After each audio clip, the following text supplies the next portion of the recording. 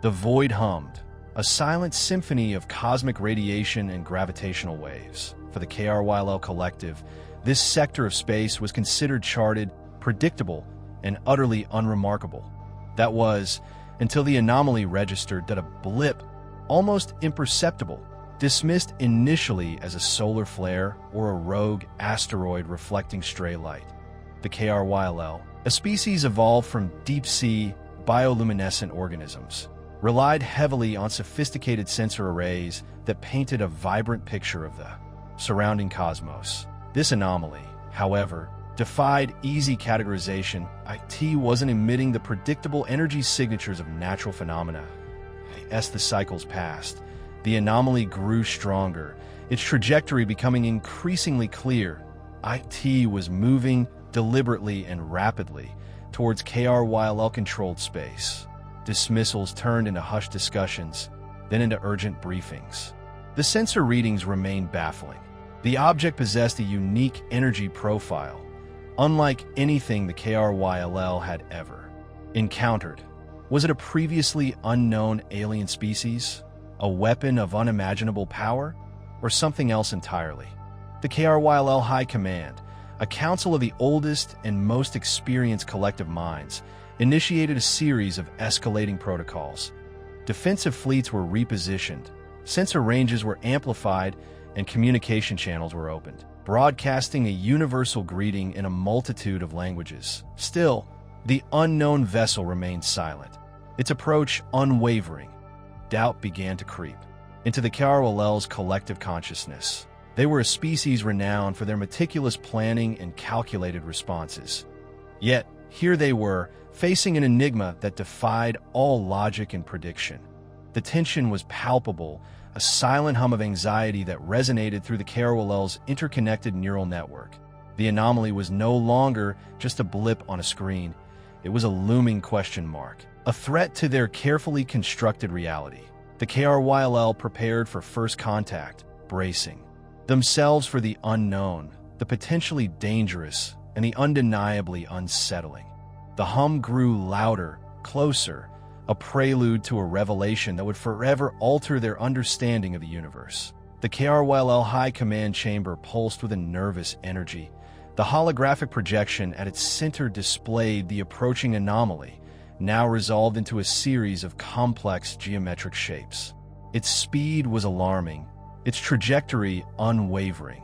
The initial dismissal of the object as a natural phenomenon now seemed laughably naive. This was something else entirely, something deliberate, something intelligent. The debate raged. Elder Krill, their bioluminescent patterns flickering with agitation, argued for immediate engagement. We cannot allow an unknown threat to penetrate our defenses, destroy it before it reaches our core systems. They pulsed, their voices a chorus of deep, resonant tones. Younger Krill, more cautious and analytical, advocated for restraint. We know nothing about this vessel, its capabilities, or its intentions. Attacking without provocation could invite retaliation we cannot withstand. The central question dominating the discussion was its nature. Was it a scout ship, paving the way for a larger invasion force? A lone explorer, lost and seeking aid? Or perhaps a weapon designed to sow chaos and destruction? The KRYLL possessed a vast database of known species and technologies, but this vessel matched none of them. Its energy signature was unique, its design alien, its very existence a paradox. The KRYLL military commanders, their bioluminescence a steady, unwavering blue, prepared for the worst. Defense platforms were activated, fighter squadrons were scrambled, and capital ships moved into intercept positions. But a sense of unease persisted. The KRYLL were accustomed to fighting predictable enemies, engaging in calculated warfare based on established protocols. This situation was different. This was a leap into the unknown, a confrontation with a potential adversary that defied all their expectations. The High Command finally reached a consensus, a compromise born of fear and uncertainty. They would maintain a defensive posture, ready to strike if necessary, but they would also attempt to establish communication. Perhaps, just perhaps, This unknown vessel was not a threat, but an opportunity for knowledge, for trade, for a new understanding of the vast and mysterious universe. The KRYLL sent another message, louder this time, more insistent. A plea for contact in the face of the encroaching unknown. The moment the visual lock was achieved, a collective gasp, a silent ripple of astonishment, swept through the KRYLL command network. The holographic projection sharpened, resolving the indistinct shapes into a vessel of stark, almost brutal elegance. It was unlike anything the KRYLL had ever conceived. Forget the graceful curves and organic designs that characterized their own ships.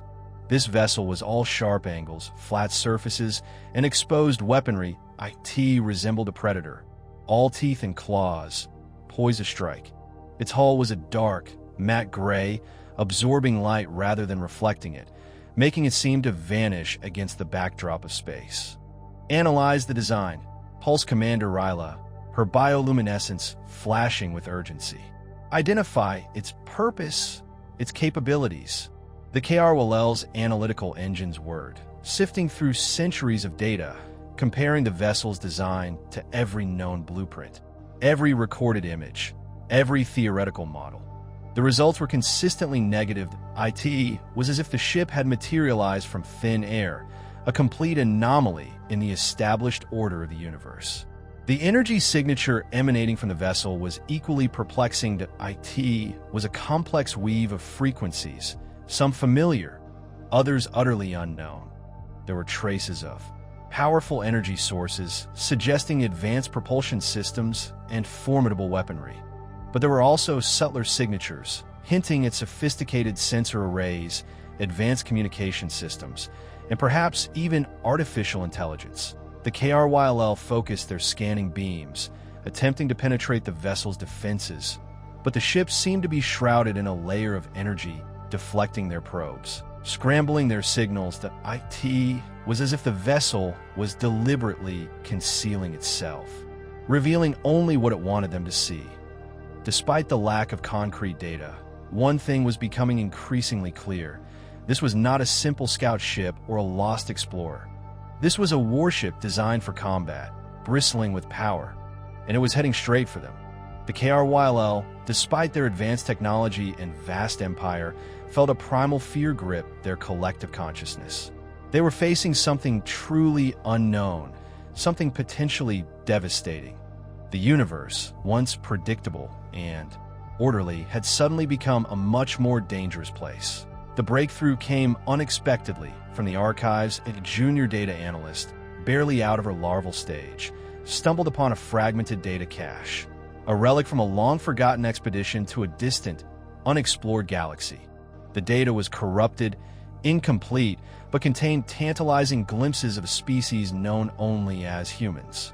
The images were grainy, distorted, but showed beings remarkably similar to the vessel's design, bipedal creatures, with angular features, clad in metallic suits. The accompanying text, translated with great difficulty, spoke of a species known for its ingenuity, its aggression, and its capacity for both incredible creation and utter destruction. Impossible, pulsed Elder Thrax, his bioluminescence dimming in disbelief. The humans were considered extinct. They destroyed themselves millennia ago in a global conflict. But the evidence was mounting. The vessel's energy signature, once a mystery, now resonated with the fragmented data on human technology. The angular design, the focus on weaponry, the sheer audacity of their approach, it all pointed to one inescapable conclusion. The humans had returned. The KRYLL were thrown into further turmoil. The humans were not just another unknown species. They were a ghost from the past, a species whose history was riddled with violence and self-destruction. The ancient data spoke of their insatiable hunger for resources, their relentless expansion, and their unwavering belief in their own superiority. Were these the same humans? Had they learned from their mistakes? Or were they simply repeating the cycle of violence and destruction? The KRYLL High Command was paralyzed by indecision. Some argued that the humans posed an existential threat, that their return signaled the end of the KRYLL empire. Others saw an opportunity, a chance to learn from the mistakes of a fallen civilization and perhaps even forge an alliance against the greater threats lurking in the galaxy. As the human warship continued its relentless approach, the KRYLL faced a terrifying reality. The past had returned, and the future of their civilization hung in the balance. The weight of history, the echoes of a long-dead species, pressed down on them, shaping their decisions, fueling their fears, and guiding them towards an uncertain destiny. Then, silence at a silence that was even more unnerving than the alarms and frantic communications that had preceded it. The human vessel had ceased its advance, hovering just beyond the KRYLL's outermost defense perimeter. All energy signatures remained active, but the ship was no longer moving. The IT was waiting. Suddenly, a signal, not the chaotic burst of static they had anticipated, but a clear, concise transmission that IT was not in any language known to the KRYLL, nor did it resemble any form of communication they had ever encountered. Instead, it was a complex series of mathematical equations, prime numbers, and geometric sequences. The KRYLL mathematicians and codebreakers worked feverishly, their bioluminescence blazing with concentration. The message was unlike anything they had ever seen, a language built on pure logic and abstract concepts. IT took cycles of intense analysis, but finally, they cracked the code. The message was a declaration of intent, of purpose, of existence. It identified the vessel as belonging to the human race, descendants of the species that had once nearly destroyed itself. That IT spoke of exploration, of a desire to chart the unknown reaches of the galaxy, of a yearning to connect with other sentient beings. But the message also contained a warning, that a clear, unambiguous statement that any act of aggression would be met with swift and decisive force. The humans were not seeking war, but they would not hesitate to defend themselves. The message ended with a request for peaceful contact, for an opportunity to share knowledge and build a bridge between two vastly different civilizations. The KRYLL High Command was stunned. The humans were not attacking, not invading, not even making demands. They were simply asking for a chance to be heard. The message was both reassuring and terrifying. That IT suggested that the humans had evolved, that they had learned from their past mistakes. But it also hinted at the immense power they possessed, the power to obliterate any opposition. The KRYLL now faced a critical decision. Should they trust the humans' message of peace, or should they heed the warnings of history and prepare for the worst? The fate of the KRYLL collective, and perhaps the entire galaxy, rested on their next move. The KRYLL High Command fractured. The human message, with its blend of peaceful overtures and veiled threats, had shattered their fragile unity. The Elder Krill, remembering the ancient data caches and the tales of human aggression, clamored for immediate action. They are a plague, a cancer upon the galaxy. We must eradicate them before they spread. Elder Thrax pulsed, his bioluminescence a furious red. Their message is a lie, a deception to lull us into a false sense of security. The younger Krill, however, argued for a more cautious approach. We cannot ignore the possibility that they have changed, pulsed analyst Ryla, her bioluminescence a calm, steady blue. Their technology is clearly advanced. Attacking them without understanding their capabilities would be suicidal. Others pointed out the potential benefits of contact. The humans spoke of exploration, of new knowledge, of potential trade. The KRYLL, whose own empire was beginning to stagnate, could benefit greatly from such an alliance. The debate raged for what seemed like an eternity, cycles blurring into a chaotic storm of conflicting opinions and impassioned arguments. The KRYLL military, ever pragmatic, prepared for both scenarios. Defense fleets remained on high alert, weapons charged and ready to fire, but communication channels remained open, broadcasting carefully worded messages of inquiry, probing the humans' intentions, seeking to understand their motivations. The central dilemma was trust. Could the KRYLL trust the humans, a species with a history of betrayal and self-destruction? Or were they doomed to repeat the mistakes of the past? engaging in a pointless conflict that would only lead to mutual annihilation. The KRYLL had always prided themselves on their logical thinking, their ability to analyze situations and make rational decisions. But the humans defied all logic, their actions unpredictable, their motivations inscrutable. The human warship remained poised just beyond their defense perimeter. The KRYLL faced the most difficult decision in their history. The choice between war and peace, between fear and hope, between clinging to the past and embracing the future. The weight of that decision pressed down on them, threatening to crush their collective consciousness. The galaxy held its breath, waiting to see what the KRYLL would choose. As the KRYLL continued to probe the human vessel with their sensors, a chilling realization began to dawn. The initial scans had only scratched the surface. The true extent of the human warship's arsenal was far greater, far more terrifying than they had initially imagined. Subtle shifts in the vessel's energy signature betrayed the presence of hidden weapon emplacements concealed behind layers of advanced shielding. The KRYLL analysts identified massive energy cannons, capable of unleashing devastating blasts of focused energy. They detected missile batteries, packed with projectiles that could tear through even the most heavily armored warships, and they sensed the faint hum of defensive shields, capable of deflecting almost any attack. But it was the more subtle technologies that truly unnerved the KRYLL. They detected cloaking devices, capable of rendering the vessel invisible to even their most sensitive sensors. They sensed advanced jamming systems, capable of disrupting communications and disabling enemy weapons. And they detected something else, something they couldn't quite define, a subtle energy field that seemed to warp space itself. They possessed technology we cannot comprehend, pulsed analyst Ryla, her bioluminescence flickering with a mixture of awe and fear. Their power is unfathomable.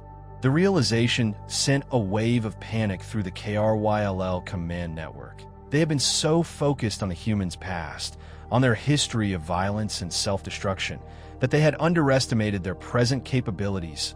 The humans were not just a ghost from the past. They were a force to be reckoned with, a power that could potentially shatter the KRYLL empire and reshape the entire galaxy.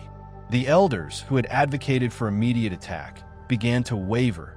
Even they realized that engaging the humans in open combat would be a gamble with unimaginable stakes. The younger Krill, who had argued for caution, now felt a sense of grim satisfaction.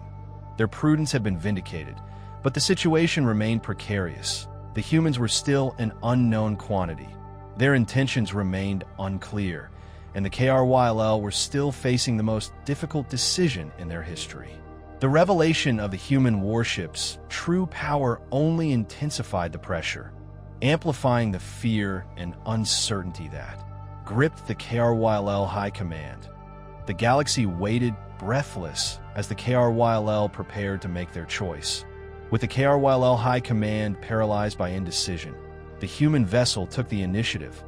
After cycles of polite, yet unproductive, exchanges, the ship subtly shifted its posture, revealing glimpses of its true power. It was a calculated display, a carefully choreographed dance of dominance. First, a section of the hull shimmered, revealing the gaping maw of a massive energy cannon. The weapon remained uncharged, but its sheer size was enough to send a shiver of dread through the KRYLL command network. The cannon dwarfed any weapon in the KRYLL arsenal, its potential destructive power almost incomprehensible. Then, another section of the hull opened, exposing a battery of missile launchers. The missiles were sleek and deadly, each one tipped with a warhead capable of obliterating a capital ship. The KRYLL sensors struggled to analyze the missile's composition, but they detected traces of exotic materials and advanced energy fields. Finally, the human vessel activated its defensive shields. The shields shimmered into existence, a shimmering curtain of energy that enveloped the ship in an impenetrable bubble. The KRYLL launched a series of energy probes, attempting to penetrate the shields, but the probes were deflected with ease, their energy dissipated harmlessly against the shimmering surface. The message was clear. The humans possessed technology far beyond anything the KRYLL had ever encountered. They were not simply exploring. They were projecting power. They were reminding the KRYLL of the potential consequences of aggression. The display was not overtly hostile, but it was undeniably intimidating. It was a subtle form of coercion, a way of forcing the KRYLL to acknowledge the human superiority. The effect on the KRYLL High Command was immediate. The elders who had clamored for war fell silent, their bioluminescence dimming in fear. The younger Krill, who had advocated for caution, now felt a surge of respect, mixed with a healthy dose of apprehension. The humans had proven their point. They were not to be trifled with. The KRYLL now understood that they were not dealing with a potential equal. They were facing a superior power, a civilization that could potentially reshape the galaxy to its own liking. The stakes had just been raised. The decision of whether to embrace peace or prepare for war had become even more critical. The galaxy held its breath, waiting to see how the KRYLL would respond to the humans' display of power. Just as the KRYLL High Command was teetering on the brink of complete paralysis, the human vessel transmitted another message. This time, it wasn't a declaration of intent or a veiled threat. It was an offer, a bold, audacious offer that took the KRYLL completely by surprise. The human captain, identified through complex linguistic analysis as a being named Eva Rostova, proposed a demonstration of human technology, designed to showcase their capabilities and prove their peaceful intentions. In exchange for this demonstration, Rostova requested a meeting with the KRYLL High Command, a face-to-face encounter to discuss the future of their relationship. The offer was a gamble, a risky maneuver that could backfire spectacularly. If the KRYLL interpreted the demonstration as an act of aggression, it could trigger a full-scale war. But Rostova was confident in her calculations. She believed that the KRYLL, despite their fear and uncertainty, were ultimately rational beings. She hoped that a display of human ingenuity would be enough to overcome their prejudices and pave the way for peaceful coexistence. The KRYLL High Command was once again thrown into turmoil. Some saw the offer as a trap, a cunning ploy to lure them into a vulnerable position. Others saw it as a genuine attempt at communication, a chance to break the deadlock and forge a new path forward. The debate raged, but this time there was a sense of cautious optimism in the air. Analyst Ryla, who had emerged as a key voice in the High Command, argued forcefully in favor of accepting the offer. "We have seen their power," she pulsed, her bioluminescence a steady, unwavering blue. "We know that they could destroy us if they chose to. But they haven't. They're offering us a chance to understand them, to learn from them that we must take that chance." After hours of deliberation, the KRYLL High Command reached a decision. They would accept Rostova's offer, but they would do so with extreme caution. They would establish strict parameters for the demonstration, ensuring that it posed no threat to their security, and they would prepare for any eventuality, ready to defend themselves if the humans proved to be deceitful. The galaxy held its breath, waiting to see what the human captain would do next. The stage was set for a high-stakes encounter that would determine the fate of two civilizations. The designated target was a derelict asteroid, a lifeless chunk of rock drifting aimlessly on the fringes of KRYLL space. It posed no threat, held no strategic value, and served only as a convenient canvas for the human demonstration. The KRYLL established a safe observation perimeter, positioning their warships to monitor the event, weapons charged and ready to fire at the slightest provocation. The human vessel moved into position, its sleek, angular hull gleaming in the harsh light of a distant star. A tense silence descended, broken only by the hum of energy building within the human warship. Then, with a burst of blinding light, it fired. The energy beam lanced across the void, striking the asteroid with pinpoint accuracy. There was no explosion, no cataclysmic destruction. Instead, the asteroid simply ceased to be. The energy beam didn't shatter it into fragments or vaporize it into dust. IT destabilized its molecular structure, causing it to crumble into a cloud of harmless debris. The entire process took less than a second. The KRYLL watched in stunned silence, their bioluminescence flickering wildly. The demonstration was not just a display of power. It was a display of precision, of control, of technological mastery.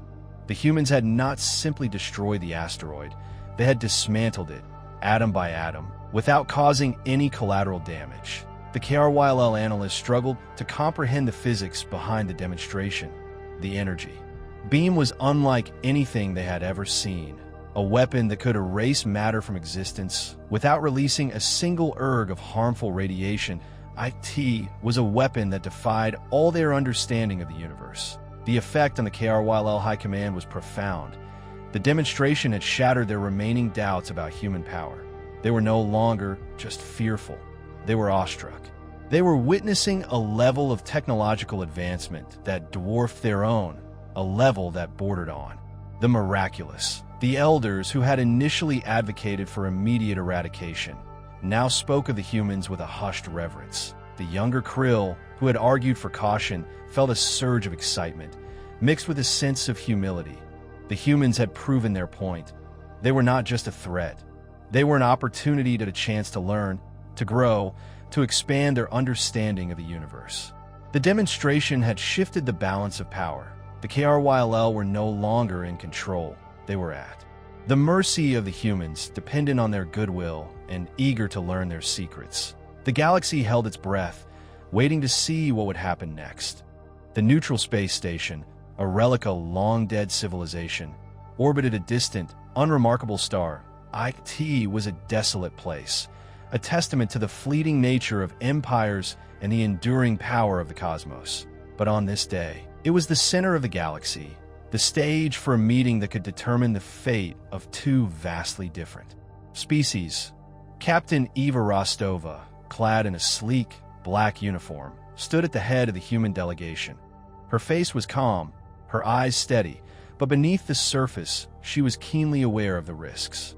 She knew that one wrong word, one misinterpreted gesture, could shatter the fragile peace and plunge the galaxy into war.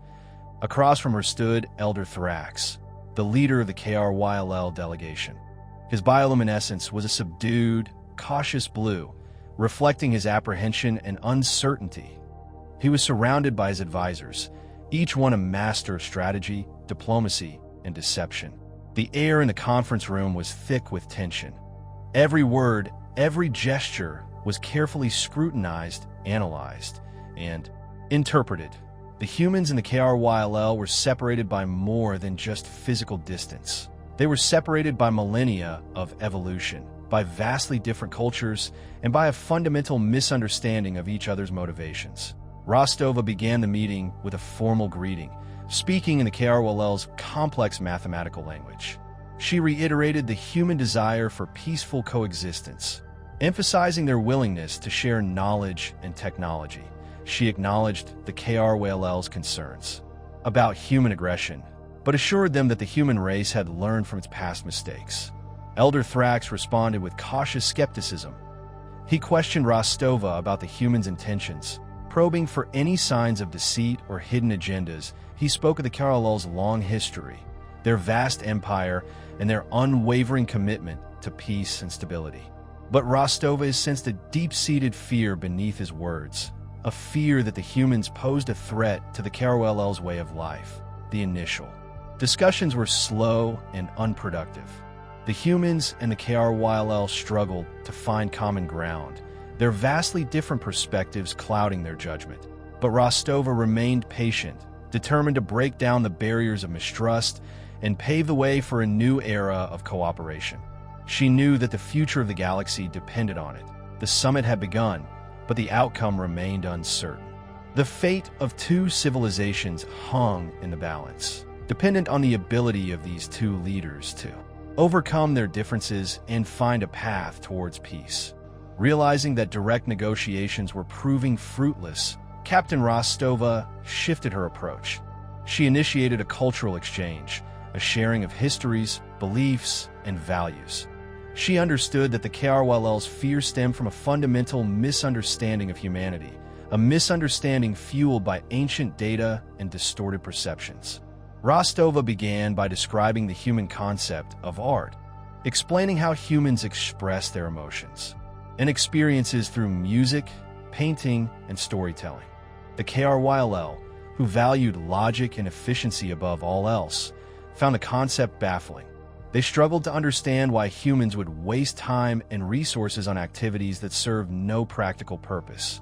Then, Rostova delved into the history of humanity, recounting the rise and fall of civilizations, the triumphs and tragedies, the wars and revolutions.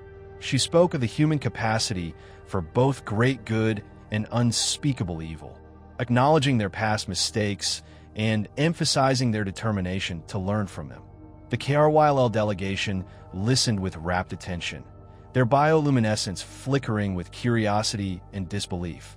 But it was when Rostova described humanity's near self-destruction that they were truly shocked. She recounted the story of the global conflict that had almost wiped out the human race, the nuclear winter that had plunged the planet into darkness, and the desperate struggle for survival that had followed. The KRYL had always believed that the humans were extinct, victims of their own violent nature. They were stunned to learn that humanity had not only survived, but had also rebuilt their civilization, emerging from the ashes with a newfound determination to create a better future. Elder Thrax questioned Rostova intently, probing for any signs of deception or exaggeration. But Rostova answered honestly, revealing the full extent of humanity's past mistakes and emphasizing their commitment to peaceful coexistence. The KRYL delegation was deeply moved by her candor. They began to see the humans in a new light, not as a threat to be feared, but as a species that had faced unimaginable challenges and had emerged stronger and wiser. The cultural exchange had begun to bridge the gap between the two civilizations, fostering a sense of understanding and empathy. The summit was still far from over, but for the first time, there was a glimmer of hope. The fate of the galaxy still hung in the balance, but the possibility of a peaceful resolution seemed a little more attainable. Just as a fragile sense of trust began to blossom between the humans and the KRYL, a fundamental disagreement emerged, threatening to shatter the nascent alliance. The issue was territory. Specifically, a cluster of resource-rich star systems located on the fringes of both KRYL space and the newly explored human territories. These systems contain valuable minerals, rare elements, and potentially habitable planets. Both the KRYL and the humans had laid claim to these systems, citing ancient maps, strategic necessity, and the need to secure resources for their respective civilizations. The KRYL argued that they had controlled these systems for centuries, that their claim was based on established precedent and historical ownership. The humans countered that they had discovered these systems anew, that their claim was based on exploration and the right of first discovery. The debate quickly escalated, the polite discourse replaced by tense accusations and veiled threats. Elder Thrax, his bioluminescence flaring with anger, accused the humans of expansionism and greed.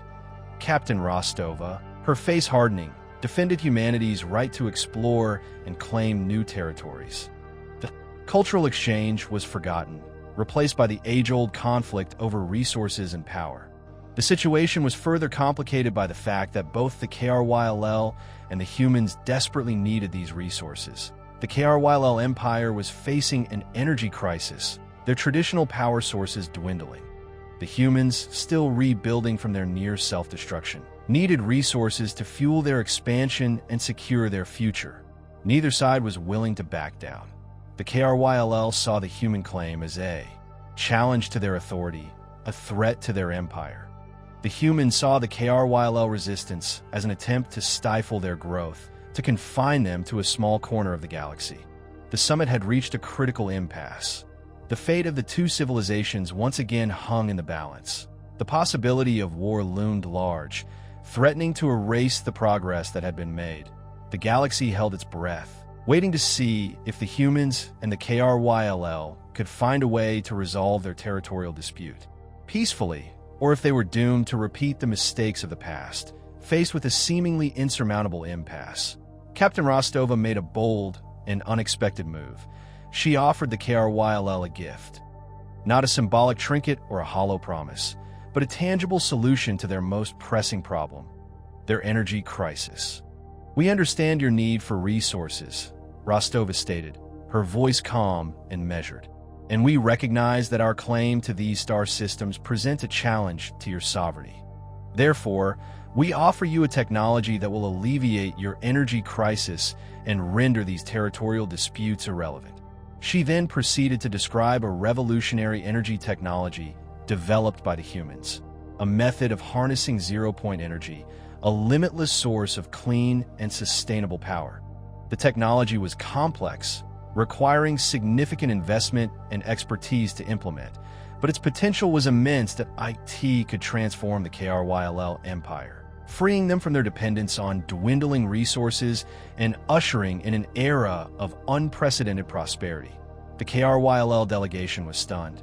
They had expected threats, demands, or perhaps a compromise involving shared control of the disputed systems.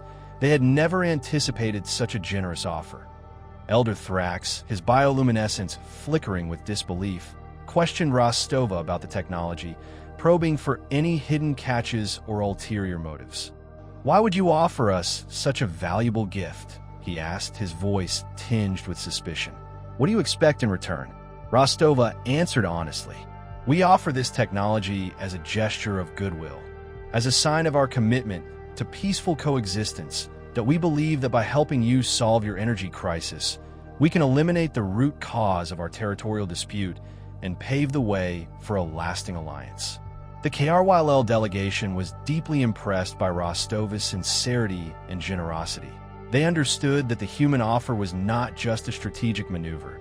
It was a genuine attempt to build trust and foster cooperation. The tide had turned.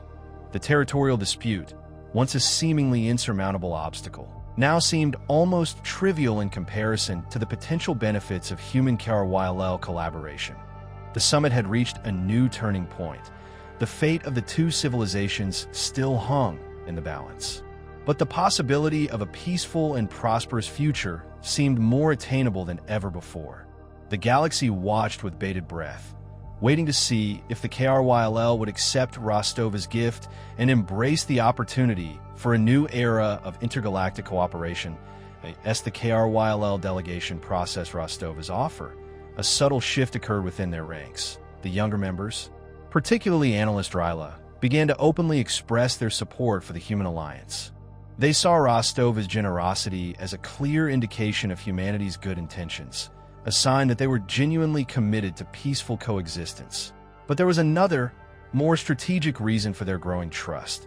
The ancient KRYLL archives contain not only information about humanity's past, but also fragmented data about a far more sinister threat lurking in the unexplored regions of the galaxy. A powerful, enigmatic species known only as the Voidborn, who were rumored to consume entire star systems and leave nothing but emptiness in their wake. The KRYLL had always considered the Voidborn to be a myth, a cautionary tale used to frighten younglings. But recent sensor readings, coupled with the human's sudden appearance, had caused some members of the High Command to reconsider. They began to suspect that the Voidborn were real, and that they were slowly but surely expanding their influence across the galaxy. Analyst Ryla, in particular, had been studying the Voidborn data for years, piecing together fragmented clues and constructing theoretical models of their behavior. She believed that the KRYLL were ill-equipped to face such a threat alone, that they needed allies, and that the humans, with their advanced technology and unwavering determination, could be the key to their survival. She argued that the territorial dispute was insignificant compared to the existential threat posed by the Voidborn.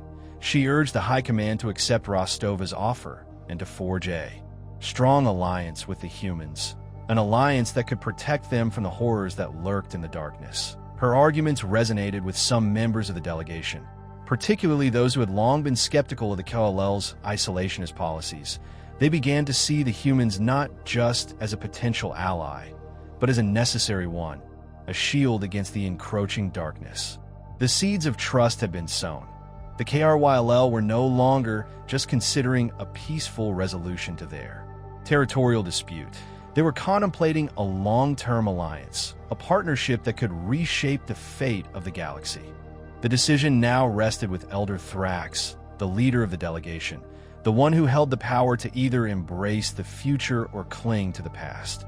Elder Thrax sat in silence, his bioluminescence dim, his thoughts a swirling vortex of doubt, fear, and cautious hope. He considered the arguments of his advisors, the data from the ancient archives, the compelling evidence of humanity's power and potential, and he weighed the risks of trusting a species with a history of violence against the potential rewards of forging an alliance that could save the galaxy. He looked at Captain Rostova, her face etched with determination, her eyes reflecting a genuine desire for peace. He saw in her a strength, a resilience, and a commitment to the future that mirrored his own. That he sensed that the humans were not the monsters of legend, but a species capable of both great destruction and great compassion. Finally, he made his decision. He rose to his feet, his bioluminescence flaring with newfound resolve. "We accept your offer, Captain Rostova," he announced, his voice resonating with authority. "We will implement your zero-point energy technology, and we will forge an alliance with the human race." A collective sigh of relief swept through the conference room. The humans and the KRYLL exchanged cautious smiles, a fragile bridge of understanding spanning the vast gulf of space and culture. But the summit was not yet over. There were still details to be ironed out, treaties to be signed, and a long road ahead before a true alliance could be forged, and the threat of the Voidborn still loomed large, a dark shadow lurking in the unexplored regions of the galaxy. The alliance between the humans and the KRYLL was not just about resolving a territorial dispute. It was about preparing for a war that could determine the fate of all sentient life. The story ends with the two species on the brink of either a lasting alliance or a catastrophic conflict. The future of the galaxy hangs in the balance, dependent on the choices they make in the coming days. Will they be able to overcome their differences and forge a united front against the Voidborn? Or will their fragile alliance crumble under the weight of mistrust and fear, leaving them vulnerable to the horrors that await them in the darkness? Only time will tell. The next chapter of their story and the fate of the galaxy remains unwritten.